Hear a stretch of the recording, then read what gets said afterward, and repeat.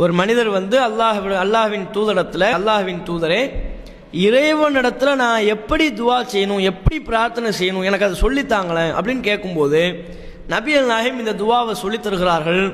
துவாவை சொல்லிக் கொடுப்பது மட்டுமல்ல, அதனால் கிடைக்கிற சிறப்பை இந்த செய்தியிலேயே நபிகள் நாயகம் குறிப்பிடுகிறார்கள்.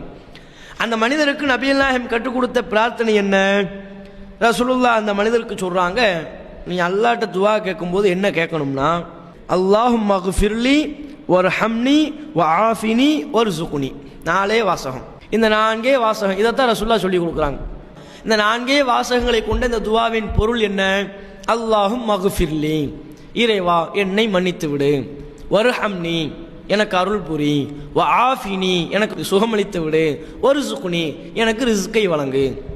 இந்த துவாவை சொல்லிட்டு நபிகள் நாயகம் ஸல்லல்லாஹு அலைஹி வஸல்லம் அவங்க சொல்றாங்க, தோழரே இந்த துவா எப்படிப்பட்ட துவா தெரியுமா? இந்த துனியாவையும் உனக்கு ஒன்றிணைத்து விடுகிறது, மறுமையையும் உனக்கு ஒன்றிணைத்து விடுகிறது. அப்படின்னா என்ன? துனியாவில் உனக்கு தேவையான விஷயம், மறுமையில் தேவையான விஷயம், ரெண்டையும் சேர்த்து தந்துருதுப்பா உனக்கு.